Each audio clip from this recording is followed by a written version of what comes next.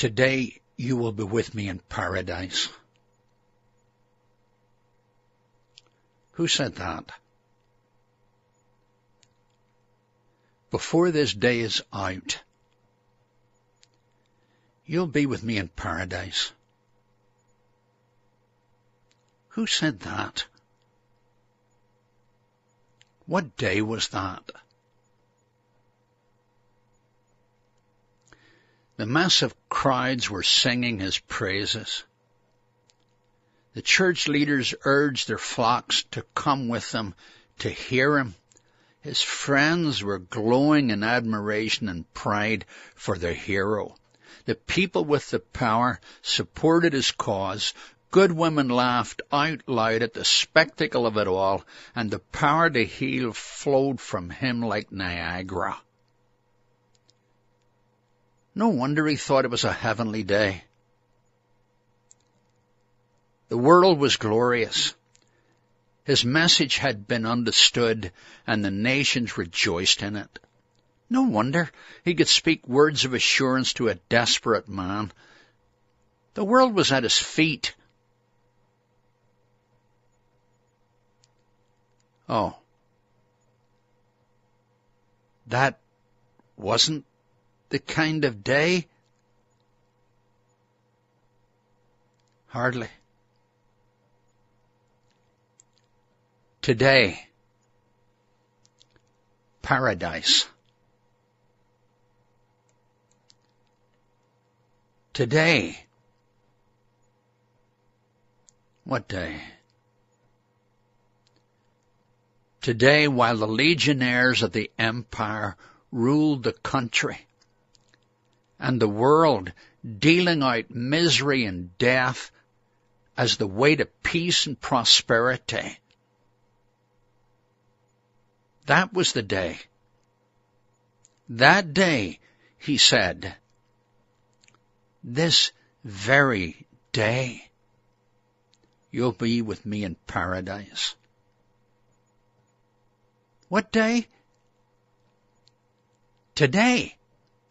While lunatic leaders who didn't know what they were doing yet knew how wise it was to railroad an innocent man to death to maintain the status quo, that was the day. Today, while he hung on a public gallows, thirsty, streaked with spit and sweat and blood, rejected by his own people, dismissed by government as another failed rebel, deserted by his closest friends, and abandoned by his Holy Father. That was the day? That was the day. Then what nonsense he spoke. He spoke as if he was in control. But how could he be in control, for pity's sake? When there he hangs on a public gallows with a raging thirst and helpless women sobbing their hearts out. How does that make sense?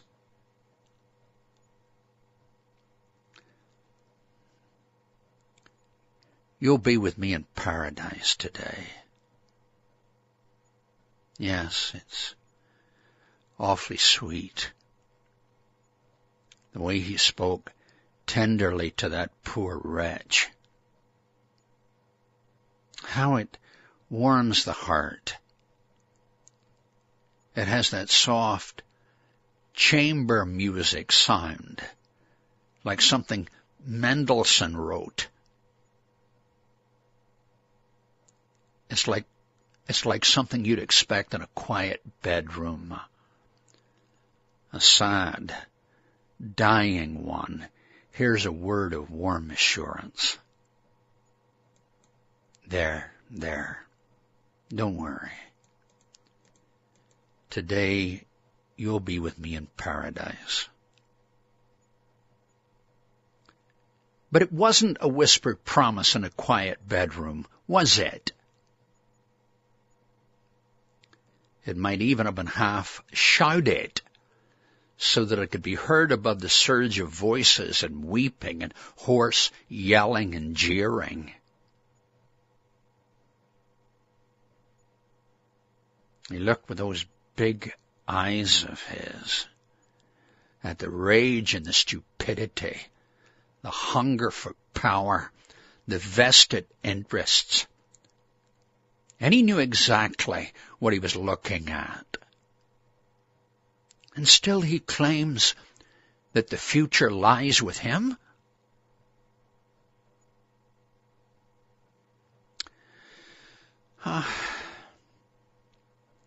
If we can't rejoice with that dying thief,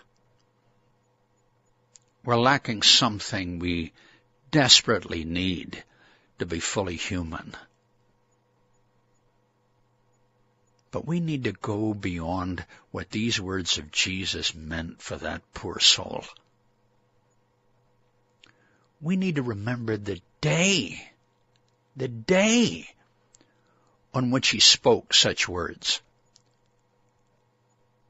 and what they mean for the world, with its tanks and rockets, with its cruelty and its devastation,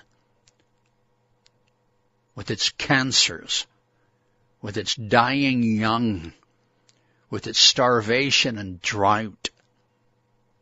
He looked at a world that will crucify people, good and bad, and insisted that the future lay with him. He was making a claim, and not just a promise. Don't let the world fool you. Don't let the world fool you. Look at it. Acknowledge it as brutal and rapacious and treacherous. Acknowledge the awful suffering, the bedlam, the confusion and despair in it. And then, if you listen really hard, you'll hear. Today,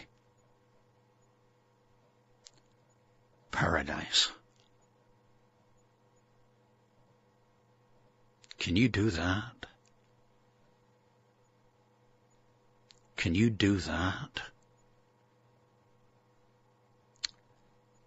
That's what Jesus calls for. Can you do that? Do it.